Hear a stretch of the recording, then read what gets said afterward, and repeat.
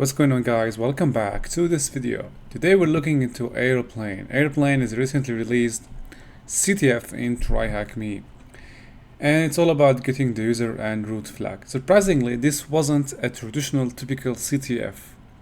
It may involve some of the unlogical steps that you may consider while we're doing the challenge. All right, so first thing first, let's now open the virtual machine and go over the nmap scan. So first we choose to scan the machine using this command. So here we put the IP address and we scan for the services along with the versions, and we use default scripting. We use the default nmap engine scripting scan. Going over the results, we can see we have 22 and we have 8,000. Looks like we have a web server running on this port. So it is worth checking it out first before checking out the SSH, because as we know, guys, since we don't have credentials, we're not going to waste time going over the brute force process. So we choose the shortest path first, which is the port 8000. Okay, now since sometimes some ports don't show up in the first scan, okay, I chose to rescan the machine using -p switch. So here I choose to I want to rescan the machine and make sure I didn't skip any port. I discovered a new port, 6048. Now we can have a look at more details about this port by using sudo nmap -sv-p 6048 and then airplane.thm. Now here we choose to look into more details about the service running on this port. Okay, now while we leave this running, let's go over the web server. So here, as you can see, guys, this is the main page. It's about airplanes. Now while going over our web application, the first thing we look at is the URL. So we see, once we open the page, we see a parameter named page, and this parameter is supposed to handle the display of pages. So you can see here the page this time is index.html. If I attempt to access another page, maybe such as contact, it is not found. Anyway, once we see a parameter and the parameter controls some other value, we want to test for a myriad of application vulnerabilities, such as local file inclusion, directory traversal, could be SQL injection, but in these cases we first choose the easiest path. The easiest path is checking if the application is vulnerable to directory traversal. To test this out, or to test this hypothesis out, we choose to use the traversal technique. So that's one traversal, 2, 3, 4, etc password. Prompted to download the password file. Now since I have done this before, I'm gonna cancel and I'm gonna go over to download directory, and here we can see the password file. Now this means that the website is vulnerable to local file inclusion or even directory traversal, and we can see the list of users registered on the system. Among the users that are registered and have the ability or the capability to log in is Carlos, and we have Hudson. Now the other users don't seem to have login shell enabled, so later on we're going to focus our efforts on Hudson and Carlos. Okay, let's go back. Okay, now here it is. That's where it might seem kind of illogical for you guys to make this jump. So I was kind of stuck here. What to do next? We tried to use directory brute force to list all the current directories, but there was nothing significant.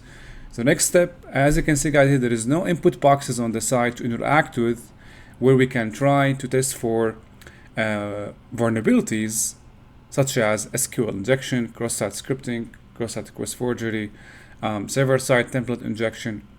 So there is no chance to test these vulnerabilities out on this site. It is just a simple basic static site.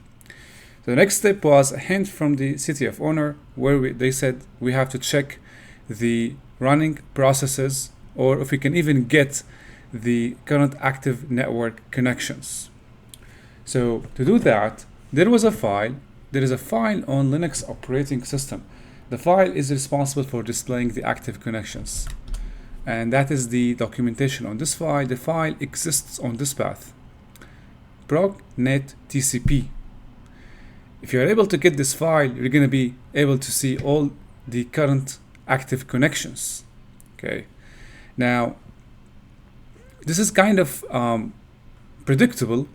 It's predictable what we're going to see because we already have the active network connections. The machine has these 3 open ports, and it is actively listening on these ports for incoming connections. So if you go back here and we list the contents of this, we will only confirm what we have found through the nmap scan, that these are the active network connections.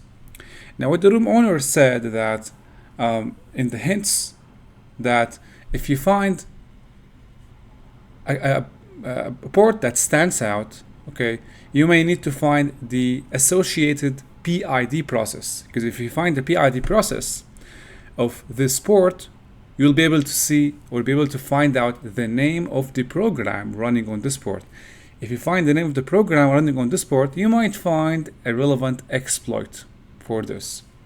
So it kind of makes sense because every single one of these ports is associated with a running process on the machine, and the process has a PID. If we find the PID, we might find the name of the process, and hence we will be able to maybe look for vulnerabilities or exploits. So if you go back here and try this, remember we have 4 traversals. 1, 2, 3, 4. Proc, and then we try with net TCP. As you can see, we are prompted to download the file. Now here's the thing, when you open the file, you see this is the output. Now, how to interpret the contents? We're going to go back to the documentation.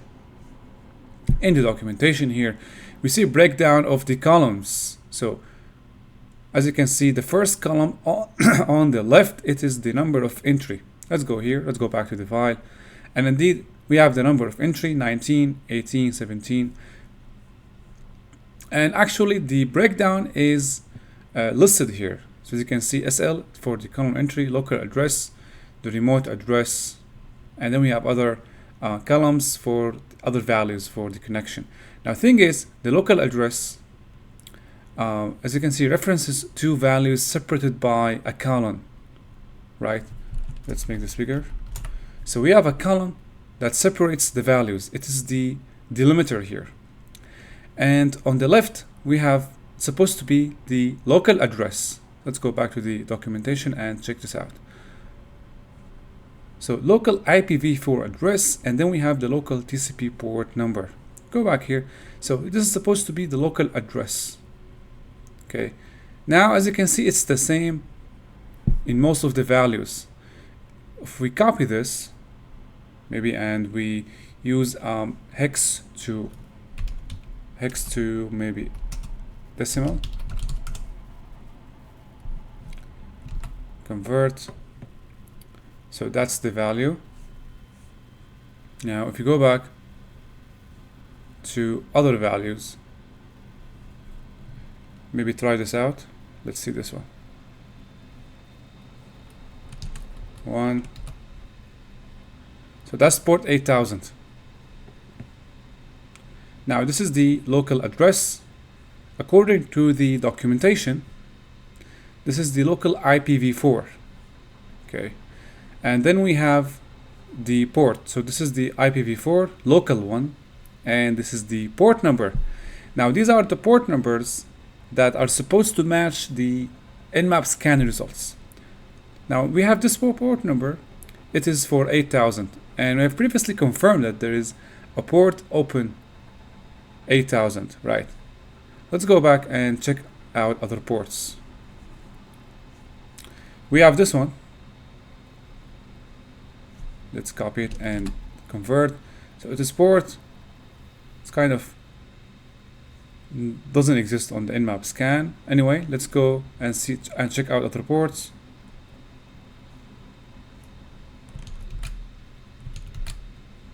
and this one also doesn't exist.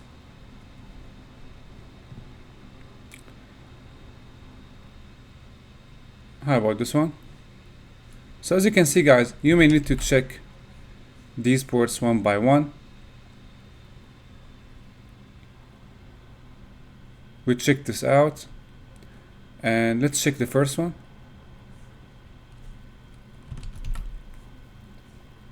Port 53, it's open locally here. Now the ports that you don't see on the nmap scan, looks like these ports are open locally and can only be accessed through lateral movement, meaning we have to access the network on which the machine exists, and then we can interact with these ports. This is port 22, and it matches the nmap scan results we got earlier. Now we check this out, and this is port 631. How about this one?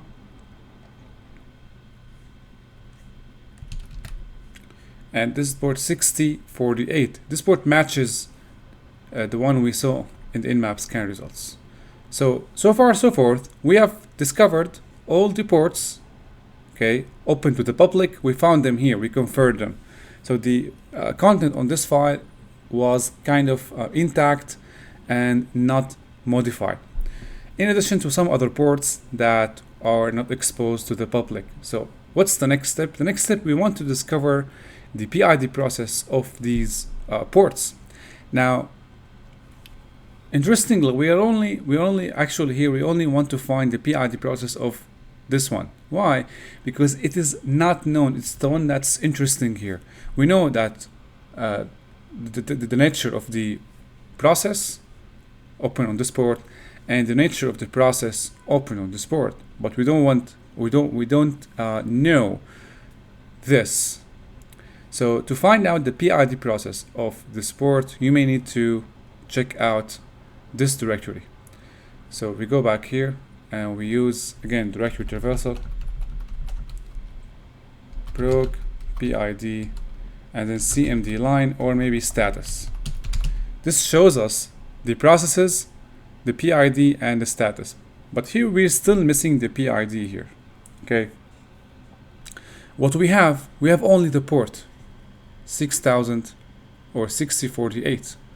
What we want to do, we want to find the process associated with this port. That's why we use a Python script to achieve this purpose. Let's take a look now at the Python script.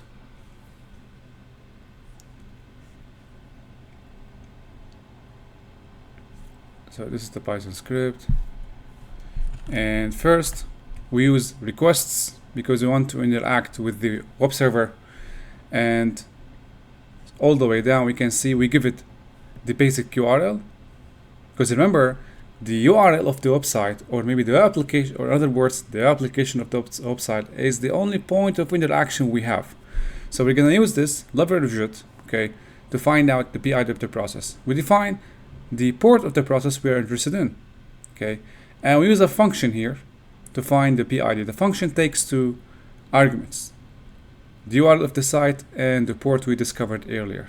Okay, once we call the function, this is what the function looks like. So this is the function that will find the PID of the process.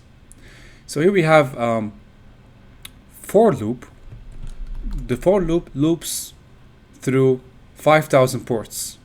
Okay, and it depends on the output given through this path. As you can see, it plugs in the port number instead of the PID here.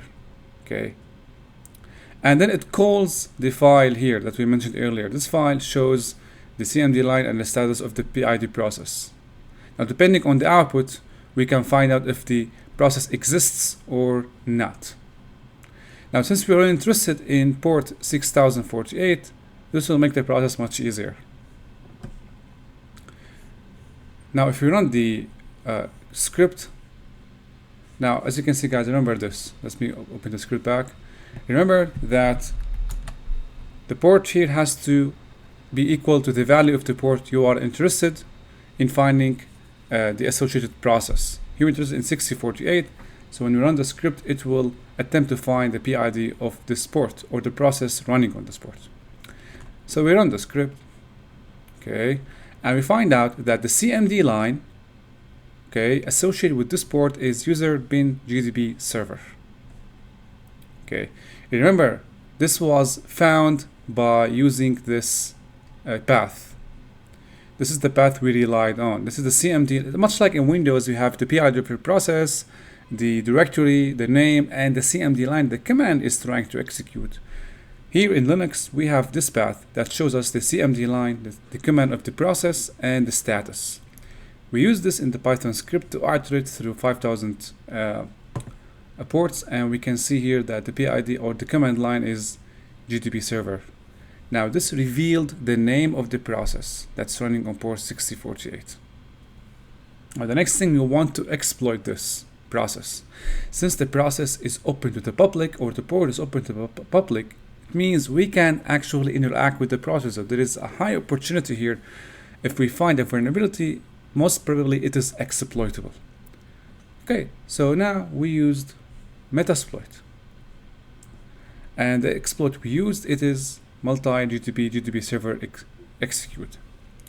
Now this exploit exploits all public instances of GDB. If GDB server or if the GDB program is open to the public, it will have a public interface.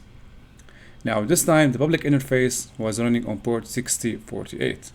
So we used this exploit that attempts to exploit this instance. So here, as you can see, the date of the exploit 2014. It's kind of old exploit, and we use show options to check the required parameters.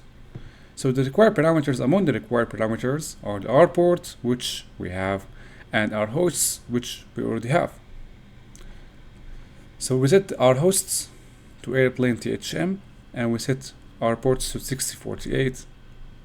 lhost, set lhost to your IP address, the local IP address. Now we want to find the associated payloads or the appropriate payloads for this kind of exploit. We use show payloads.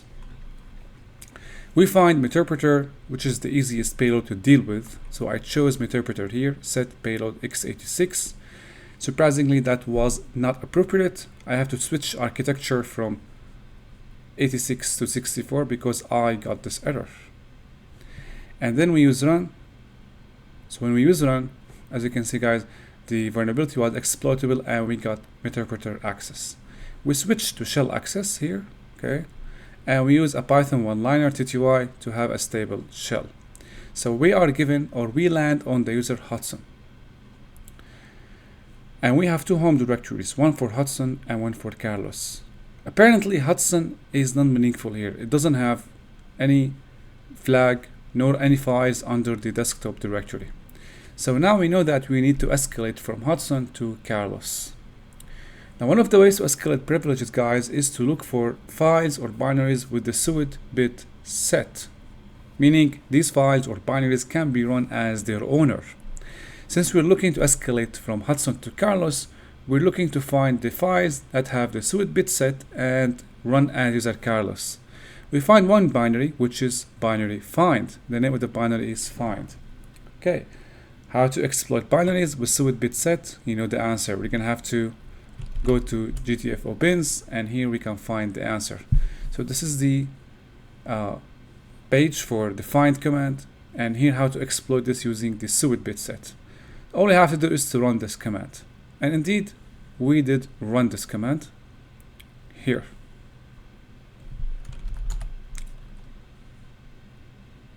Okay, no, wait. So here we run this command, and we can see that we are now hot Carlos. So once we are Carlos, we go to the directory, home directory of Carlos, and we can see the user flag. Okay, the next step is to escalate from Carlos into root. Now, it's always recommended to have a more stable shell. That's why I said maybe we can switch from this shell into a more stable shell, such as SSH access, right? So I checked if there is an SSH directory under the home directory of Carlos. Indeed, there is an SSH directory. We check out its contents using ls-la, and there is nothing. Okay, now if you generate a public key on my local machine, so on my local machine, I generate a public key. The public key is stored under the SSH directory of my user. So now I go to the directory, and I can see that SSH key has been generated. Make sure to check out the public key. We need the public key here. Once we have a hold of the public key, once we get a hold of the public key, we can now store our public key here using the echo command.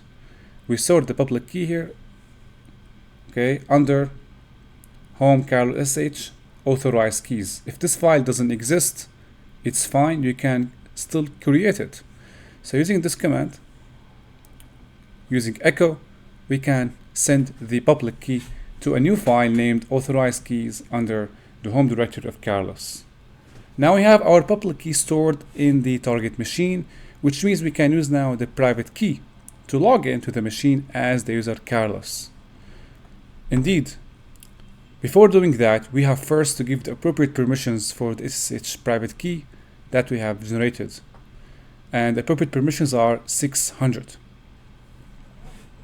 Next, we attempt to SSH into the target machine as Carlos using the private SSH key we have generated. And we are welcomed as Carlos on the target machine. So we have successfully escalated horizontally from Hudson to Carlos. The next step is to escalate to root, and the obvious, most easiest method is to check out is running sudo-l to see what can Carlos run as sudo without the need to supply a password. Indeed, there is a command that Carlos can run, okay, without the need for password. The command is Ruby, so they can run Ruby scripts. Now, surprisingly, the Ruby scripts have to be stored under the root directory, as you can see here. So in order to invoke this command, we're gonna have to specify user bin Ruby, okay, and create a Ruby script under the root directory, which is not possible because we don't have access to the root directory, right? And we are looking to escalate to root. So how is that possible? It is possible, and you're gonna see how. So under temp directory, we create a simple Ruby script that executes bin sh. So apparently here, this script, when executed, it will spawn root shell by virtue to this command. So this is the command we store under airplane Ruby script. And as you can see, guys, I stored the script under the temp directory. Now, in order to take advantage of this command that can be run as sudo, so I go ahead and execute it as is, sudo user bin Ruby root. Okay, and then instead of trying to store the script I created under the root directory, which in fact I cannot do it, I use directory traversal here, and then put in the path of the script. By the way, you can do this all the time. Even if you don't have access to the root directory, you can still execute any command or open any file that really exists in another directory, but use this traversal. Once we do that, as you can see, guys, we are given the root shell and we have escalated the privileges successfully. So that was it, guys. I hope you enjoyed this, and definitely be sure that I'm gonna see you later.